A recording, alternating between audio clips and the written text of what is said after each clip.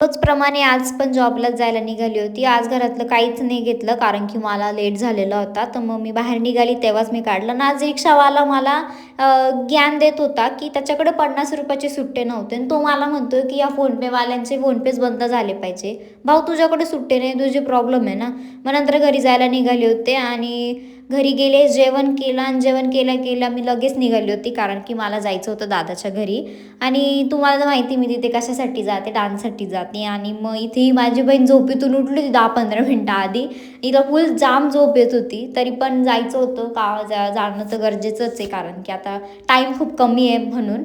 आणि हे स्काय एवढे सुंदर दिसत ना यार, म्हणजे असं वाटतं त्यांना त्यांचे 10-15 तर फोटोच काढत बसतो. आणि दाजी घ्यायला आले होते आम्हाला आणि तुम्ही बघा की आम्ही एका स्कूटीवर एवढे 4-4 जण बसलेलो होतो एवढं ॲडजस्ट करून. आम्हाला इतकं हसायला येत होतं कारण की दाजी तर पूर्ण पुढे गेलेलेच होते. त्यात आम्ही एवढं ॲडजस्ट करून बसलेलो होतो आणि तो पुणी टोकावरच बसली होती माझी बहीण.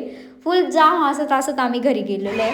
आणि घरी गेल्यावर तेच मग कोणत्या गाण्यावर करायचं, काय करायचं आमचं तेच चालू होतं.